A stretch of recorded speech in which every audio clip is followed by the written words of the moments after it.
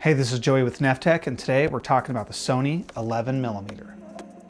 Okay, so right now we are recording with the Sony 11mm, and right now I have got it arm's length away. I'm actually gonna measure here. Let's see what this arm's length away is. Okay, so right now, this is 2 foot exactly, 24 inches right here away from me with this lens, and this is the perspective you're gonna get at 24 inches away. This is about 12 inches away from my face. I am looking right into this lens, and that's pretty slick.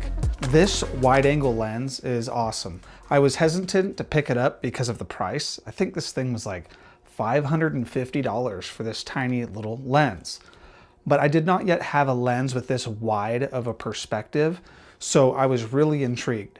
And I've been a big fan of keeping everything in the Sony family for that Sony compatibility. So I decided to pull the plug and get this lens. It's got the autofocus manual focus switch, and it's got the focus hold programmable button here on the side. Then we just got our focus ring here. And when this lens is paired with a ZVE10 or ZVE10 II or the FX30, and you have the zoom rocker right here, this lens gets even more zoom range and focal length look, I guess, artificial focal lengths, but this lens has some ability to get some zoom and to get a little tighter field of view when you pair it with that clear image zoom and the toggle on the Sony cameras. So I took this lens and slapped it on my 6700, and I went out at night to go get some star photos with this wide angle lens. So I'm gonna use this setup to get a real wide view of the sky. I'm gonna try to capture some hills in the foreground, see what I could do, try a little bit of that light painting or whatever, you know, shining stuff with the light on the foreground. All right, so I'm up on the hill taking photos, and it is more amazing than I thought. I got my little setup here, the Falcam tree root with the Sony 6700 and the Sony 11mm. And I got freezing mittens. Very, very cold out here. So I'm gonna keep getting some epic photos and see what they look like in the nice warm house on the computer. So this was the first photo I took here. And you can see we are at a 13-second shutter speed, aperture 2.0, ISO 800. You can see the light glow here from some of the towns in the distance. Nighttime photography or star photography is really cool. I need to do more of this. I like this. All right, so this is just another one. Lots of stars.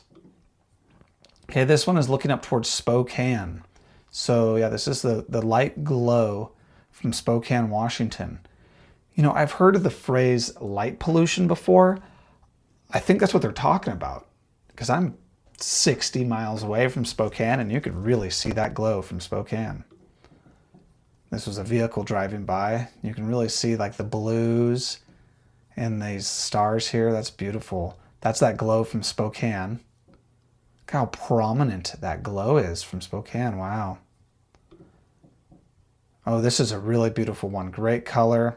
You can see a lot of moving satellites or something. Whoa, look at all these buggers moving. That's a very bright star. Wow, I should have looked that up on my star app. That's a beautiful photo here. Another one from the same perspective. Okay, wow, this is what happens when you move your camera while it's taking the photo. Looks kind of cool, like a Star Wars show effect thing. Okay, so this is when I turned the camera portrait, and you could really see the cloud here. You could see the cloud of stars through here a lot better. Wow, that is just beautiful. So this is the light down at my house. This is the light from the neighbor's house shining out across the way. And look at those clouds of stars. I bumped the ISO up to 2500. The aperture is still on 2.0. And the shutter speed I bumped up to 15 seconds. So this is letting quite a bit more light in here. Man, isn't that beautiful? So many stars. Okay, so I came down off the hill. So I was up here at the top of this hill, And it took me a long time to walk up there. It was stinking cold. It was like under 20 degrees. I was freezing like in between every shot, putting my gloves on and off, trying to stay warm. And this hill up here, I decided to come down and get some photos down on the farm. So that's what this is. This is just a beautiful shot here.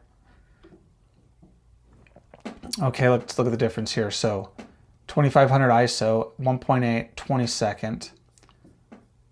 2500 ISO, 2.8 aperture, 22nd. So 1.8, the lowest aperture it gets. You can see how much more light it's letting in. Then I kick it up to 2.8 aperture. And there you go. The sky is almost a little more crisp without so much ISO noise around those stars.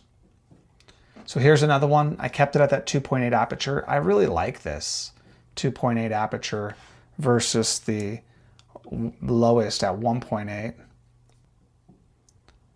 These are the combines. 1.8, 800 ISO. Oh, I did a little light painting. So I did a little flashlight flash on these combines here. That's how we can see these combines so well. Did that again. So then here's the barn, the stars, the tree. But these are definitely beautiful photos. I mean, look at how much detail we still captured at night here. So that's what we got with the Sony 11mm. I highly recommend you picking this lens up. If you want to get some wide angle shots, or you want to do some vlog style stuff, or you're going to be using it in a tight atmosphere where you're really trying to get the perspective of what's going on around you, this lens is going to be the lens for the job. Really, it's if you're getting into this and you're building a camera kit for the APS-C lineup, this is a good one to put in your kit. There's some other brands, I'm sure, that are a lot cheaper that still have some similar looking quality. But for me and my experience with the Sony compatibility and the snappiness of the autofocus and all the other features that Sony offers, this Sony compatibility is unmatched.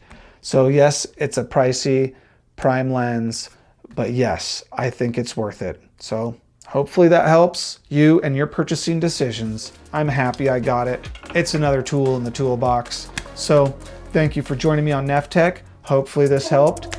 See you next time.